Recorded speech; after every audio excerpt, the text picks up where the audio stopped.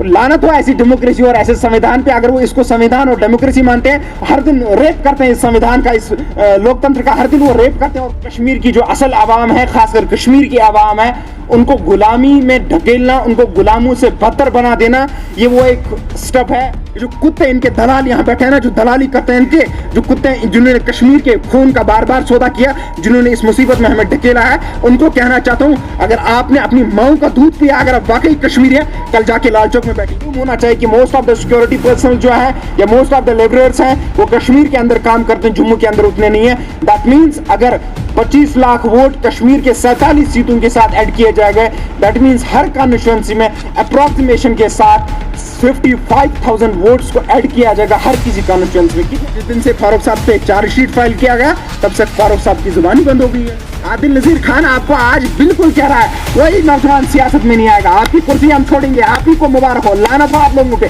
आज भी आप गुफ्तार पे मीटिंग करेंगे, आप बाहर निकलो रोडों पे निकलो, खौफ दहशत उठा के देख लीजिए, फिर देखिए किस तरह का इनकलाब यहाँ दिखेगा जम्मू कश्मीर के अंदर। आरएसएस का विजन क्या है? बीजेपी कभी डेमोक्रेटिक नहीं हो सकती है, बीजेपी कभी सेक्युलर नहीं हो सकती है, बीजेपी भी कभी कॉन्स्टिट्यूशनल नहीं हो सकती है। वो जो भी फैसला लेते हैं गुंडागर्दी से लेते हैं, जो भी करते हैं अनकॉन्स्टिट्यूशनल करते हैं, अनडेमोक्रेटिक करते हैं, इलीगल करते हैं, लेकिन वो अपने मकसद जो उनका है उससे पीछे नहीं हटेंगे। जम्मू कश्मीर के अंदर नॉन लोकल्स या सिक्योरिटी फोर्सेस जो ऑर्डिनरी बेसिस पे जम्मू कश्मीर के अंदर रह रहे हैं, उनको भी जो है राइट ऑफ वोट का हक दिया गया, और उसमें जाके करीबन 25 लाख के आसपास नए वोटर जो है वो जम्मू कश्मीर के अंदर आने वाले इलेक्शंस में वोट्स डालेंगे। और उसी को मद्देनजर रखते हुए आज लगातार जो है सियासी माहौल जम्मू कश्मीर के अंदर गर्म होता हुआ नजर आ रहा है। महबूबा मुफ्ती जो है उन्होंने भी आज प्रेस कॉन्फ्रेंस का इनेकाद किया, वही डॉक्टर फारूक अब्दुल्ला ने जो है ऑल पार्टी मीटिंग, बीजेपी को छोड़कर हर एक पॉलिटिकल पार्टी को उन्होंने दावत दी है कि वो ऑल पार्टी मीटिंग जो मंडे को होने वाली है उसमें शिरकत करे, हिस्सा ले, ताकि आने वाले समय के अंदर सोचे कि इस पे जाके जो है कैसे रोक लगाई जाए। और इन सब मुद्दों को लेकर हमारे साथ बात करने के लिए इस वक्त मौजूद है प्रोमिनेंट सोशल एक्टिविस्ट आदिल नज़ीर खान, जो लगातार डिबेट्स के अंदर या कंट्रोवर्सीज के अंदर नजर आए हैं। आज इनसे गुफ्तगू करते और इनसे जानने की कोशिश करते हैं कि क्या कुछ इनका कहना, और आगे भी जो है इनसे सवाल करेंगे। आदिल नज़ीर खान, हाल ही में इलेक्शन कमीशन ऑफ इंडिया की तरफ से जो फैसला लिया गया या जो उन्होंने हाल ही में स्टेटमेंट दे दिया, आदिल नज़ीर खान उस स्टेटमेंट को कैसे देखते हैं? और वही महबूबा मुफ्ती का भी प्रेस कॉन्फ्रेंस, अब डॉक्टर फारूक अब्दुल्ला ने ऑल पार्टी मीटिंग बुलाई, क्या लगता है आपको कि किस हद तक ये सही है? देखिए, जो कल बीजेपी द्वारा किया गया, चीफ इलेक्टोरल ऑफिसर जो JNK के हैं, उन्होंने तो फॉर्मल तरीके से एक प्रेस कॉन्फ्रेंस की है, ऐसे दिखाया कि जैसे ये इलेक्शन कमीशन ऑफ इंडिया कर रहा है, जैसे एक ऑटोनमस बॉडी कर रही है। लेकिन इस सब के पीछे बीजेपी और आरएसएस के जो मंशूर है, जो उनका अपना विजन है, वो पीछे है।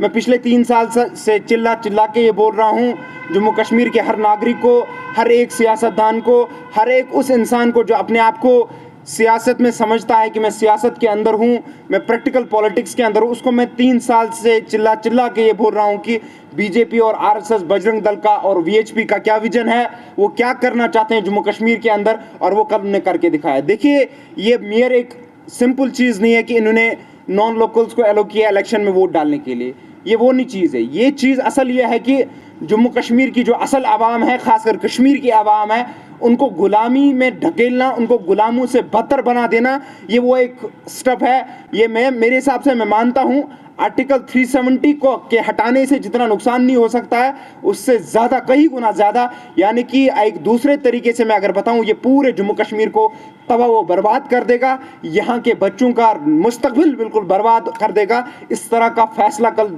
गवर्नमेंट ऑफ इंडिया ने through government of Jammu and Kashmir लिया है। और एक प्रेस कॉन्फ्रेंस के द्वारा इलेक्टोरल ऑफिसर जो JNK गए हैं, उन्होंने इन्फॉर्म किया है कि non locals has been allowed to vote in the upcoming assembly elections.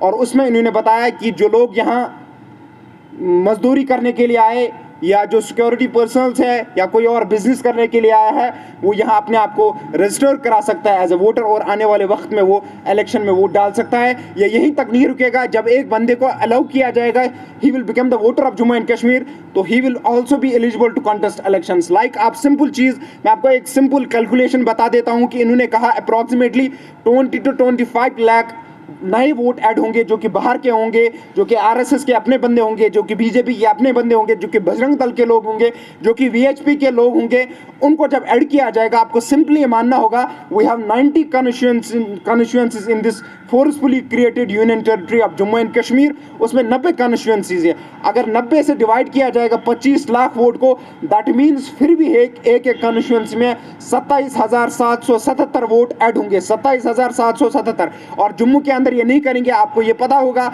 ये मालूम होना चाहिए कि most of the security personal जो है या मोस्ट ऑफ द लेबरर्स हैं वो कश्मीर के अंदर काम करते हैं, जम्मू के अंदर उतने नहीं है। दैट मीन्स अगर 25 लाख वोट कश्मीर के 47 सीटों के साथ ऐड किए जाएंगे, दैट मीन्स हर कॉन्स्टिट्यूएंसी में अप्रॉक्सीमेशन के साथ 55,000 वोट्स को ऐड किया जाएगा हर किसी कॉन्स्टिट्यूएंसी में। आप मुझे बताइए, अगर वहां कल जाके जीडी बख्शी भी इलेक्शन लड़ेगा वो भी तो जीतेगा। यहाँ कौन वोट डालता है? यहाँ मुश्किल से जो 20,000 15,000 वोट लेता वो भी एमएलए बन जाता था। अब जब 55,000 वोट हर एक असेंबली कॉन्स्टिट्यूएंसी में ऐड किया जाएगा, वो तो सीधे सीधे बजरंग दल, आरएसएस वाले, वीएचपी वाले जीत जाएंगे। उधर तो कुछ बचा ही नहीं फिर। और यही असल में इनका मकसद था और यही है डेमोक्रेसी। बीजेपी का माना ये रियल डेमोक्रेसी है। लानत हो ऐसी डेमोक्रेसी और ऐसे संविधान पे, अगर वो इसको संविधान और डेमोक्रेसी मानते हैं। और मैं आज अपने आप पे अफसोस, अपने आप पे तरस खा रहा हूं कि मैं किस डेमोक्रेसी की बात करता था, किस संविधान की बात करता था। लानत हो ऐसे संविधान और ऐसी डेमोक्रेसी पे। किस तरह से वो क्या कहते हैं ना, वो हर दिन रेप करते हैं इस संविधान का, इस लोकतंत्र का हर दिन वो रेप करते हैं। और कोई यहाँ जुडिशरी और सब लोग उनको देख रहे हैं, सारी पॉलिटिकल पार्टीज उनको देख रहे हैं। क्या करना है जम्मू कश्मीर के आवाम को इसका? हम लोग यहाँ के गिने चुने लोग जो एडवोकेसी करती थी इस डेमोक्रेसी के और कॉन्स्टिट्यूशन का बोलबाला लेके देते थे, मैं बार बार कहता था कॉन्स्टिट्यूशन डेमोक्रेसी ऑफ इंडिया। आज दिखाया उन्होंने क्या किया। ये तो फिर आपने आज हुर्रियत को प्रूव करके दिखाया। ये जो लोग सेपरेटिज्म के रास्ते पे चले उनको आज आपने दिखाया कि आप लोग सही हैं। आपने सीधे उनको बता दिया कि ये डेमोक्रेसी के अंदर कुछ नहीं है। हिंदुस्तान के अंदर डेमोक्रेसी इस वक्त नहीं चल रही है, मनुस्मृति चला रही है, आरएसएस अपना एजेंडा चला रहा है, वीएचपी बजरंग दल के लोग इस वक्त देश को चला रहे हैं। यहाँ कोई संविधान नहीं चला रहा है देश को, यहाँ कोई डेमोक्रेटिक सेटअप देश को नहीं चला रहा है। तो आदिल नजीर खान, क्या लगता है आपको कि आने वाले समय के अंदर अभी आप ये मान के चलते हैं कि फुल फ्लेजेड जो है भाजपा सरकार जम्मू कश्मीर के अंदर होगी? और भाजपा सरकार का होने का मतलब नहीं है, ये सिंपल चीज है कि डेमोक्रेसी, अगर इसके बाद भी कहा जाएगा कि हिंदुस्तान एक डेमोक्रेटिक कंट्री है, मेरे हिसाब से उस इंसान को खुदकुशी करनी चाहिए। अगर ये कहा जाएगा कि ये एक कॉन्स्टिट्यूशनल कंट्री है, वर्ल्ड का सबसे लॉन्गेस्ट रिटन कॉन्स्टिट्यूशन इंडिया का है, लॉन्गेस्ट रिटन, वर्ल्ड की सबसे लार्जेस्ट डेमोक्रेसी इंडिया की डेमोक्रेसी कहलाई जाती थी, लेकिन आज तो है नहीं। अगर इस फैसले के बाद भी कहा जाएगा, मुझे आप सिंपल बताइए, क्या कल को जम्मू कश्मीर के जो 1.5 करोड़ लोग हैं वो जाके गुजरात वाले इलेक्शन में जो यहाँ 50 लाख वोटर हैं, क्या वहाँ वोट डाल सकते हैं? फिर तो वहाँ कोई भी एमएलए बनेगा, जम्मू कश्मीर का भी बनेगा। ये किस तरह का मजाक हो रहा है इस संविधान के साथ, किस तरह का मजाक हो रहा है इस लोकतंत्र के साथ, मजाक हो रहा है जम्मू कश्मीर आवाम का के साथ। लेकिन आज मैं इन लोगों को कहना चाहता हूँ, ये जितने भी ये इनके तलवे चाटू है, जो मैंने आपने देखा कितना गुस्सा मेरे अंदर था। ये जो कुत्ते इनके दलाल यहाँ बैठे हैं ना, जो दलाली करते हैं, इनके जो कुत्ते जिन्होंने कश्मीर के खून का बार बार सौदा किया, जिन्होंने इस मुसीबत में हमें ढकेला है, उनको कहना चाहता हूँ, अगर आपने अपनी माओ का दूध पिया, अगर आप वाकई कश्मीरी है, कल जाके लाल चौक में बैठिए। उधर गुपकार में बैठने से, या बुखारी साहब पिछले 1 साल से बड़ा नारा लगा रहे हैं, मैंने रोजगार को बचा लिया, यहाँ मैंने जॉब्स को बचा लिया, मैंने लैंड राइट्स को बचा लिया। आप बताइए बुखारी साहब, जवाब दीजिए। आज सजाद गनी लोन साहब दूसरी तरफ से अपना बोल रहे हैं कि मैंने वो कर दिया, यहाँ से गुफ्कार बोल रहे हैं हम ये करेंगे। यार लानत हो इस सिस्टम पे, क्या कर रहे हो आप लोग? ये तो पूरा हमारे बच्चों का निवाला, हमारे बच्चों के मुंह से उनका निवाला निकाला जा रहा है। आल पार्टी मीटिंग बुलाई जा रही है, आदिल नजीर खान क्या लगता है? मैं आल पार्टी मीटिंग को एक ही शर्त पे सपोर्ट करूंगा। आज तक मैं इनको जो बोलता था, आज मैं तमाम मीडिया हजरात से जम्मू कश्मीर के आवाम से गुजारिश करता हूं, मेरे सारे वीडियोस उठा के देख ले। पिछले 3 साल से मैं क्या इनको बोल रहा था, 3 साल से मैं इनको किस चीज की दावत दे रहा था, बार बार इनको क्या समझा रहा था, लेकिन आज इनको याद आ गया। देखिए अफसोस का मुकाम यह है, आज हमारे फारूक साहब ने आल पार्टी मीटिंग रखी है, ठीक है, अच्छी बात है, रखनी भी चाहिए। प्रॉब्लम यह है कि फारूक साहब मंडे मीटिंग रखते हैं। इतनी इमरजेंसी इस वक्त है कि ऐसे हालात हो गए हैं कि फारूक साहब मीटिंग मंडे को रखते हैं, बीच में कितने दिन के रखते हैं? क्या मजाक हो रहा है जनता के साथ? मेरे हिसाब से मुझे मानना है, अगर ये लोग आज भी महबूबा मुफ्ती जैसी हमारी जो लीडर, जो चीफ मिनिस्टर फॉर्मर रह चुकी है, फारूक अब्दुल्ला साहब, उमर साहब, सजाद गनी लोन साहब या बुखारी साहब, अगर आज भी ये लोग जंतर मंतर या घंटाघर पे नहीं जाते हैं, तो मैं सीधे सीधे बोल रहा हूँ जम्मू कश्मीर के आवाम के को, ये दलाल आज भी मिले हुए हैं। और ये जो फैसले बीजेपी, बजरंग दल, आरएसएस ले रही है, इसमें इन सब की मिलावट है। और आप देखिए किस तरह से बिहेव कर रहे हैं। जिस दिन से फारूक साहब पे चार्जशीट फाइल किया गया, तब से फारूक साहब की जुबानी बंद हो गई है। आज पता नहीं आल पार्टी मीटिंग, वो जब मैडम ने फोर्स किया तब जाके आल पार्टी मीटिंग बुलाई है। आप मुझे बताइए, आल पार्टी मीटिंग बुलाने उस गुफ्कार ने इस कश्मीरी आवाम को क्या दिया है? उस गुफ्कार ने हमारे बच्चों को कब्रिस्तानों का रास्ता दिखाया, उस गुफ्कार ने हमारे बच्चों को जेलों का रास्ता दिखाया। आज भी आप गुफ्कार में मीटिंग कर रहे हैं। It should not be like as a Gupkar declaration, people's alliance for Gupkar declaration. उन्होंने कहा आल पार्टी भाजपा को छोड़कर सभी पार्टीज को वट एवर मैं कह रहा हूँ ना, लेकिन ये मीटिंग लाल चौक में आई है ना, लाल चौक में करिए, लाल चौक में धरना दीजिए। यहाँ नहीं दे सकते, दिल्ली में जंतर मंतर पे दीजिए। क्या मजाक कर रहे हैं लोगों के साथ? अच्छा, आज लड़ाई, आप लड़ाई मीटिंग से नज़ीर खान, आपने अल्ताफ बुखारी की बात की। हसन मीर जो सीनियर लीडर है अपनी पार्टी के, वो कहते हैं कि जो है हमें अभी तक इनविटेशन नहीं आएगा, जब आएगा सोचा जाएगा, लेकिन मैं पर्सनली मीटिंग में नहीं जाऊंगा। तो आप कैसे लेंगे इसको? यार, जब वो मैन कल्प्रिट्स इसके पीछे जो लोग हैं, जो लोग बीजेपी को सिखा रहे हैं, आरएस को सिखा रहे हैं कि अपने मकसद को, जो उनके अंदर से उनको भावना है ना, जो अंदर से उनको तड़प है ना कुर्सी पे बैठने की, तलवे चाटने की, इनको बूट लीकिंग करने की, वो लोग कहाँ जाएंगे मीटिंग्स में? वो क्यों जाएंगे मीटिंग्स में? वो जम्मू कश्मीर के आवाम के हित में मीटिंग हो रही है। जम्मू कश्मीर के आवाम की एटलीस्ट बात की जाएगी ना, हिस्ट्री में लिखी जाएगी ना कि आल पार्टी मीटिंग की गई, ऐसा डिसीजन बीजेपी गवर्नमेंट ने लिया था, उसके बाद आल पार्टी मीटिंग। ये लोग जो बोल रहे हैं कि हम लोग नहीं जाएंगे, फिर वो लोग क्या हैं? वो लोग क्या हैं? वो तो फिर वही बजरंग दल वाले हैं, फिर तो आरएसएस वाले वही हैं। उसमें कोई फर्क रहता है? मैं आज इनको कह रहा हूं ना, आदिल नज़ीर खान आपको आज बिल्कुल कह रहा है, कोई नौजवान सियासत में नहीं आएगा। आपकी कुर्सी हम छोड़ेंगे, आप ही को मुबारक हो, लानत हो आप लोगों पे। आज भी आप गुफ्कार पे मीटिंग करेंगे, आप बाहर निकलो, रोडों पे निकलो। आज आप ये गरीब आवाम को ही मरवाने के लिए निकले हो, आपको रोडों पे निकलना होगा, तब जाके ये लड़ाई लड़ी जा सकती है। आप जाके गुफ्कार में बैठे हैं, आधे उधर प्रेस कॉन्फ्रेंस करते, इससे कुछ नहीं हो मसला हल होने वाला। पिछले 3 साल से मैं इनको बोल रहा हूँ, आप आ जाओ ग्राउंड पे, तब जाके ये मसला हल होगा। अगर आज अपनी पार्टी के लोग किसी अवकात में हैं, वो कोई बात कर सकते हैं, तो उसका जिम्मेदार फारूक साहब गुफ्कार पे बैठा हुआ है, उमर साहब गुफ्कार पे बैठा हुआ, फेयर व्यू पे गुफ्कार पे हमारी महबूबा जी बैठी है, क्योंकि ये लोग भी आवाम के पास जा सकते थे। गए ये लोग? नहीं गए। किसने रोका इनको? आदिल नज़ीर खान, भाजपा का मानना यह है, वो कहते हैं कि जो भी सरकार फैसला लेती है वो जम्मू कश्मीर के हित में लेती है, और जम्मू कश्मीर के लोग जो है खुशी खुशी उसको एक्सेप्ट करते हैं। कौन एक्सेप्ट करता है? मैंने आपको ये बार मैंने बात कही है, एक दिन ये खौफ दहशत उठा के देख लीजिए, फिर देखिए किस तरह का इनकलाब यहाँ दिखेगा जम्मू कश्मीर के अंदर। इस तरह से जहर भर के रखा है इन्होंने, इस तरह से रेडिकलाइज करके रखा है, इस तरह से इन्होंने अवाम के खिलाफ फैसले लाए हैं। आज तक कोई अवाम का नुमाइंदा या कोई अवाम का आम नागरिक जम्मू कश्मीर का कोई इसका सपोर्ट नहीं करता है। इन लोगों को शर्म आनी चाहिए, इन बेवकूफ़ों को, गधों की फौज को शर्म आनी चाहिए। जम्मू के अंदर जो जम्मू कभी कश्मीर के साथ बात मिलके करता ही नहीं था। अगर कश्मीर में एक बात की जाती थी, जम्मू में उसका विरोध किया जाता था। लेकिन आज जो जम्मू बात करता है वो कश्मीर भी करता है। आज जो कश्मीर नारा लगाता है वही जम्मू भी लगाता है। ये तो इनके लिए शर्म की बात है। आपको लगता है वो जो भाजपा का नारा था 50 के पार, अब वो पूरा होगा? 50 के पार? अब तो जिस तरह से इन्होंने किया तो वो तो 90 के पार होगा। 50 के पार क्या, वो तो 90 के। मैं कह रहा हूँ आपको सिंपल बात समझने की जरूरत है। ये इस तरह की ये जो हवा में तुक्के फेंक रहे हैं ना, ये जो लीडर्स प्रेस कॉन्फ्रेंस या व्हाटएवर जो भी कर रहे हैं, इसको समझने की कैलकुलेशन करने की जरूरत है। कैलकुलेशन कीजिए, 90 सीट्स में 25 लाख वोट को डिवाइड कीजिए। दैट मीन्स हर एक सीट में 27,777 वोट्स ऐड किए जाएंगे हर कॉन्स्टिट्यूंसी में। तो एक नॉर्मल कॉन्स्टिट्यूंसी में कश्मीर प्रोविंस के अंदर 15,000 वोट चाहिए आपको खाली। 27,000 जब वोट ऐड किया जाएगा तो दैट मीन्स अगर जीडी बख्शी भी आएगा, अगर कोई बजरंग दल का आरएसएस का बंदा भी आएगा, वो भी इलेक्शन जीतेगा। और दूसरी इन्होंने क्या किया, दूसरा चीज इन्होंने कहा उनके लिए जो पोलिंग बूथ है वो दिल्ली में अरेंज किए जाएंगे, जम्मू के अंदर बार किए जाएंगे, ताकि उनको कश्मीर में वोट डालने भी ना आना पड़े। इस तरह की सियासत यहाँ चलाई जा रही है। तो आप मैडम महबूबा मुफ्ती जो आज प्रेस कॉन्फ्रेंस उन्होंने किया, आज आप उसको सपोर्ट कर रहे हैं?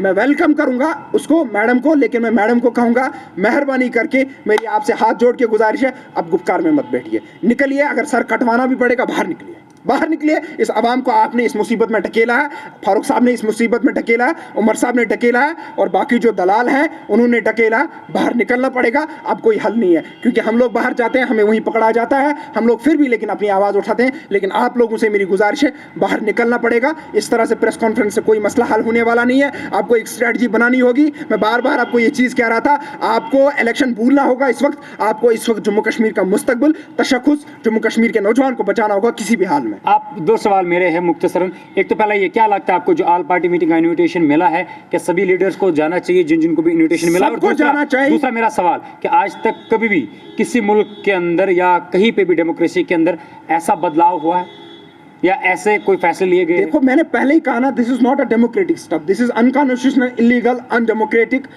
ये डेमोक्रेसी की बात ही आप मत कीजिए। ये कोई डेमोक्रेटिक फैसला नहीं है, कोई कॉन्स्टिट्यूशनल फैसला नहीं है, और कोई कॉन्स्टिट्यूशन इसको एलो नहीं करेगा, कोई डेमोक्रेसी इसको एलो नहीं करेगी। वो बाहर रखिए। मैंने पहले ही बोला था, the country is not being run by this constitution and democratic system, it's being run by the Manusmriti of RSS and this Bajrang Dal and VHP. ये वो उस आइडियोलॉजी में इस वक्त कंट्री को चला जा रहा है। मैं वेलकम ऑल पार्टी मीटिंग का करता हूं, लेकिन ऑल पार्टी मीटिंग संडे को नहीं, ये कल ही होनी चाहिए। कल फ्राइडे है, और ऑल पार्टी मीटिंग में जिस पार्टीज को नहीं बुलाना चाहिए, जितने भी उलमाई किराम है, जितने भी जमात हो, जो इस्लामिक हमारी रिलीजियस जमातें हैं, चाहे वो चाहे मुस्लिम्स हो, सिख हो, ईसाई हो, हिंदू हो, जो भी है, उन सबके हेड्स को भी बुलाना चाहिए। जितने भी नौजवान यहाँ हैं या जो सीनियर जर्नलिस्ट हैं उनको भी बुलाना चाहिए। जितने भी प्रोमिनेंट एक्टिविस्ट हैं या पॉलिटिकल जो भी बड़े बड़े लोग हैं उनको भी बुलाना चाहिए। अब आल पार्टी तक नहीं, आपने आल पार्टी करके क्या उखाड़ा, गुपकार बना के आपने क्या उखाड़ा, मुझे बताइए। मेरे साथ आइए, अगर दम है आपको 2 मिनट मेरे साथ बैठ के दिखाइए, मैं बताऊंगा आपने क्या किया। आज भी आपको मैं कह रहा हूं, वेलकम करूंगा, आपके पीछे पीछे चलूंगा, कोई आपकी अपोजिशन नहीं करेगा, लेकिन कुछ करके दिखाइए। ये मजाक मत कीजिए। तो आदिल नज़ीर खान, आपको क्या लगता है, क्योंकि आप चूंकि इलेक्शंस कमीशन ऑफ इंडिया ने जो है उन्होंने हाल ही में जो स्टेटमेंट दे दिया, उस चीज़ को लेकर अब सियासी माहौल कश्मीर के अंदर गर्म हो रहा है। भाजपा कह रहा है डेमोक्रेसी है, हर एक को हक है वोट डालने का, अपोजिशन जो है एक कर रही है। कश्मीर की आवाम बीच में क्यों पिस रही है? देखिए, भाजपा ने क्लियरली कहा था, मैंने बार बार इनको ये बात कही थी, अगर आपको भाजपा को समझना है, आरएसएस की कुछ अहम किताबें हैं जो उनके गॉडफादर्स ने लिखी है, उन किताबों को पढ़िए, और उन किताबों को पढ़ने के बाद आपके दिमाग के जो पुर्जे हैं ना, वो खुल जाएंगे। आपको समझ आएगा कि आरएसएस का विजन क्या है। बीजेपी कभी डेमोक्रेटिक नहीं हो सकती है, बीजेपी कभी सेक्युलर नहीं हो सकती है, बीजेपी भी कभी कॉन्स्टिट्यूशनल नहीं हो सकती है। वो जो भी फैसला लेते हैं गुंडागर्दी से लेते हैं, जो भी करते हैं अनकॉन्स्टिट्यूशनल करते हैं, अनडेमोक्रेटिक करते हैं, इलीगल करते हैं, लेकिन वो अपने मकसद जो उनका है उससे पीछे नहीं हटेंगे। देखिए, आपने देखा होगा कि लखनऊ के अंदर आने वाले कुछ दिनों, वाराणसी के अंदर आने वाले कुछ दिनों में ये आरएसएस वाले लोग प्रपोजल रखने वाले हैं कि वाराणसी को हिंदुस्तान का कैपिटल बनाया जाए। ये आने वाला है, प्रपोजल है। और दूसरी चीज़ कि उसमें जो मुसलमान हैं या दलित्स हैं या जो सिख हैं या जो क्रिश्चियंस हैं, उनसे वोटिंग का राइट भी छीना जाए, ये भी उस प्रपोजल में है। ये आरएसएस की आइडियोलॉजी है, उसी रवा दवा है ये देश, बाकी कुछ नहीं है। इसको बर्बाद किया इस मुल्क को इन लोगों ने, और अगर कश्मीर में बर्बादी हुई है, ये लोग सबसे पहले जिम्मेदार हैं, लेकिन अगर वो कामयाब किसी चीज़ पे भी हुए हैं तो उसके जिम्मेदार ये लोग हैं जो कि लोकल। तो आदिल नज़ीर खान, ये मुझे बताइए, अगर आपको लगता, आप कहते हैं कि बीजेपी जो है हर कोई फैसला अनडेमोक्रेटिक लेता है,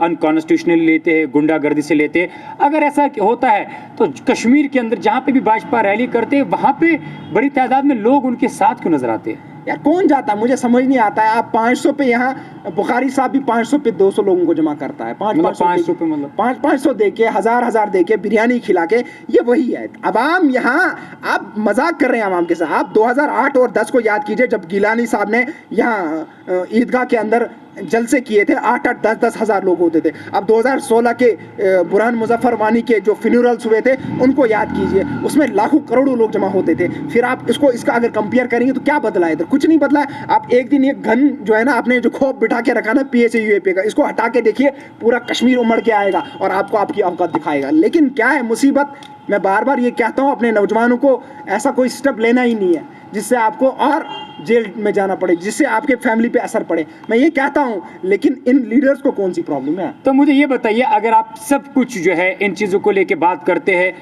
आप भी जो कहीं ना कहीं से जिन मीडिया ग्रुप्स की अगर बात करें या मीडिया चैनल्स की अगर बात करें, जो आपके हिसाब से भाजपा का प्रोपागेंडा चलाती है या आपके कहने के मुताबिक भाजपा की जो है तरफदारी करते हैं, आप भी लोग उनके डिबेट्स में क्यों होते हो? ये जो नेशनल टीवी डिबेट्स होते हैं लोग, नहीं, जिसकी भी आपने बात करी, ओवरऑल नेशनल हो लोकल हो, देखिए मैंने बार बार ये कहा, बहुत सारे लोग अपना विजन रखते हैं कि हमें जाना ही नहीं, आपको तो बोलने भी नहीं दिया जाता वहाँ पे। हम बहुत सारे लोग हम बोलते हैं, जितना हम बोल सकते हैं उतना बोलते हैं, लेकिन हमेशा मेरी बात ये याद रखना, जुल्म के खिलाफ चाहे आपको एक ही अल्फाज बोलने दिया जाए, लेकिन बोलना चाहिए, अपनी जुबान बंद रखनी नहीं चाहिए। वो बुज़दिल, कायर और बेईमान और बेईमान वाला कहलाता है। इसका गवाह इस्लाम है, इसकी गवाही इस्लाम देता है। आप नबी अकरम सल्लल्लाहु अलैहि वसल्लम की ज़िंदगी को पढ़िए, आप सहाबा कराम की ज़िंदगी को पढ़िए, और वहाँ से देखिए नबी अकरम ने हमें क्या बोला है, क्या सिखाया है, कौन सी तालीम हमें अभी करबला हमने मनाया, कौन सी तालीम हमें इमाम हुसैन रज़ियल्लाहु तआला अन्हु हमें पढ़ा सिखा के गए हैं। उस तालीम को याद कीजिए। मुझे किसी के कहने से कोई फ़र्क नहीं पड़ता। अगर मुझे 2 अल्फाज भी बोलने दिए जाएंगे, मैं वो 2 अल्फाज भी सामने रखूँगा, लेकिन इन गद्दारों की तरह अपनी ज़ुबान पे ताला नहीं रखूँगा, क्योंकि मुझे कल को अल्लाह के यहाँ जवाब देना है, क़यामत के यहाँ मुझे अल्लाह के सामने खड़ा होना है। तो उस टाइम में कौन सा मुँह अपने रब को, अपने प्रॉफिट मोहम्मद सल्लल्लाहु अलैहि वसल्लम को दिखाऊँगा, मुझे वो मेरे दिल में होता है। इस वजह से मैं हर जगह निकलता हूँ कफन बांध के, जो होना होगा देखा जाए। आखिर सवाल है मेरा आदिल नज़ीर खान, जब भी हम भाजपा से आप लोगों के जिक्र करते हैं वो कहते हैं कि हम अपने लोग हैं, अपने लोगों का हमें बुरा नहीं लगता, यानी कि इंडिकेट करते हैं आप लोगों को कि मीन्स कि आप भी भाजपा के ही लोग हैं, भले ही वो हमारे अगेंस्ट में बोले फ़र्क नहीं पड़ता। मैंने बोला है बार बार हाथ उठा के, आज फिर से वही चीज़ दोहराता हूँ और कश्मीरी में ही दोहराता हूँ। अतुल थोद पूर कशीर छुस आज करान गुजारिश, आज मंगजो खुदाय शाम नमाज पत खपना नमाज पत 15 मिनटन भेजो ज़र पार कर खुदायस, मैंने खुदाया जुल्म गो वारिया इंतहा गो जुल्म, वो मखले सोन बच्चों रोजगार तमाम सोरी गो ख़त्म, मैंने खुदाया इस जुल्म मिटा, मैंने खुदाया युस ये एजेंसियन इन पोंस खेवान कशीर खिलाफ, युस यमन सजिशन मज इन्वॉल्व छी, युस ये कशीर खिलाफ छी, चाहे कुछ ते बीजेपी वाला कुछ ते उस कशीर खिलाफ वजी सह करन बर्बादी फना, सह करन नेस्त नाबूद, बाकी अमे अलावा असनी हथियार। आदिल नज़ीर खान किसके बैक पे ये सारी बातें करते हैं? आदिल नज़ीर खान को किस पॉलिटिकल पार्टी पे नजर है? आपके बारे में कई कबार जो है कांग्रेस के बारे में आप कभी जिक्र नहीं करते हैं, तो कहा जाता है कि आदिल नज़ीर खान के पीछे कांग्रेस का सपोर्ट है, कांग्रेस के जो है साथ में बातें करते हैं। वो बेचारे कांग्रेस वाले अपने आप को नहीं बचा पा रहे हैं दिल्ली में, तो हम लोगों को क्या बचाएंगे? उनको यहाँ फैसला लेना था कांग्रेस में। आज़ाद साहब ने अपनी ज़िंदगी इस कांग्रेस को दी है। जम्मू कश्मीर में अगर कांग्रेस को कोई मानता है तो आज़ाद साहब की वजह से मानता था, उसको उन्होंने साइडलाइन किया, तो हमारी तो औकात ही नहीं है। छोड़ दीजिए, मैं कांग्रेस की बात इसलिए नहीं करता हूँ बार बार क्योंकि वो नेशनल पार्टी है। मैं यहाँ जम्मू कश्मीर की बात करता हूँ, मैं बात करता हूँ, अगर मैं वहाँ बात करने लगूंगा तो ये लोग कहेंगे देखो आप बड़ी बड़ी बातें करने लगा। मैं पहले जम्मू कश्मीर की बात करता हूँ। कांग्रेस जाए बाढ़ में, आज मुसीबत में, तो कांग्रेस भी उसका जिम्मेदार है, उसका कोई कांग्रेस कोई दूध का तुला हुआ नहीं है।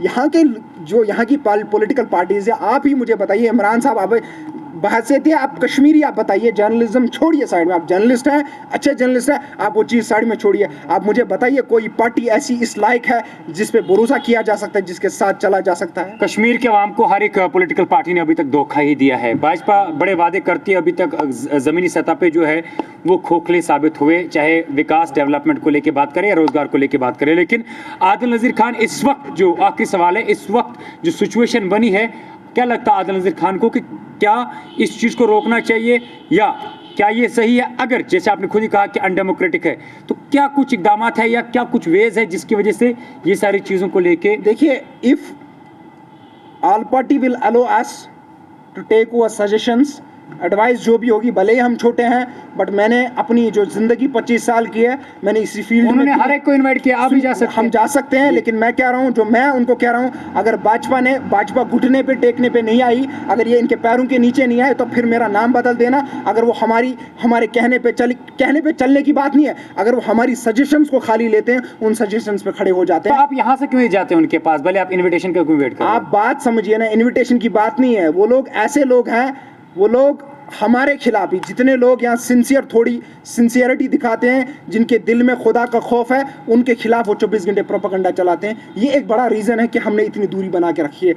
मैं आज कह रहा हूँ ना, मेरे पीछे इतने लोग लगे हैं, मैं खुदा की कसम खा के कहता हूँ, मुझे इलेक्शन से आज मुझे कहा जाएगा ना, मुझे आज भी इतना गुस्सा आता है, मैं पूरी रात को नहीं सोया हूँ।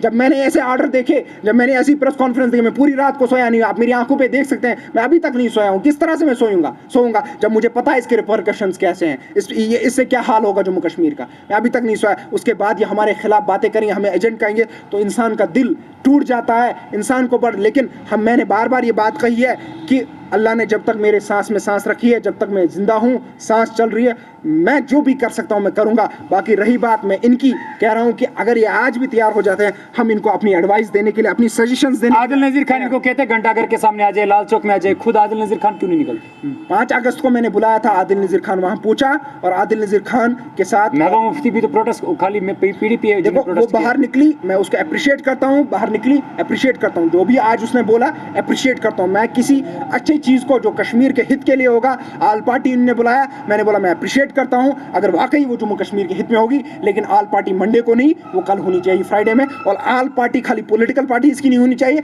तमाम उलमाई किराम के हेड्स को बुलाना चाहिए, जमात के हेड्स को बुलाना चाहिए, हमारे सिख कम्युनिटी के जो हमारे बड़े बड़े लोग हैं उनको बुलाना चाहिए, पंडित कम्युनिटी के लोग हैं उनको बुलाना चाहिए, जम्मू से लोगों को बुलाना चाहिए, बड़े बड़े जितने भी इनके रिप्रेजेंटेटिव्स हैं उनको बुलाना चाहिए। एक्टिविस्ट को बुलाना चाहिए, एडवोकेट्स को बुलाना चाहिए, लॉयर्स को बुलाना चाहिए और जर्नलिस्ट को बुलाना चाहिए। एक उस तरह का सिनेरियो खड़ा करना होगा आपको कि जो इंटेलेक्चुअल क्लास है वो अपनी एक एक सजेशन से सारा इसको बदल सकता है। कोई बीजेपी उसके बाद यहाँ कामयाब नहीं होगी, लेकिन ये वही है, अगर उसी तरह का जिस तरह से पीछे इन्होंने मीटिंग्स की उसी तरह का हुआ तो फिर तो चला गया। जो कश्मीर का बर्बादी के राह पे ये छोड़े वो फिर बर्बाद ही होगा, उससे कोई नहीं बचा सकता। आदिल नज़ीर खान सोशल एक्टिविस्ट हमारे साथ मौजूद थे। कई इल्ज़ामात इनके ऊपर आते हैं, जो सवालात थे हमने इनसे पूछने की कोशिश करी, ख़ुसूसी तौर पर जिस चीज़ को लेकर अभी जस्तजू चल रही है सियासी पार्टियों के अंदर, अभी माहौल जो है सियासत का वो गर्म नज़र आता है। उसी मुद्दे को लेकर हमने आदिल नज़ीर खान से बात करी। अब क्या आगे निकल कर आएगा वो भी हम सबसे पहले आप तक पहुंचाने की कोशिश करेंगे। हमारे साथ रूबरू आदिल नज़ीर खान थे जो लगातार कंट्रोवर्सीज में नजर आते हैं। आगे भी इनको जो है आप लोगों के सामने लाने की कोशिश करेंगे, तरह तरह के सवालात पूछने की कोशिश करेंगे।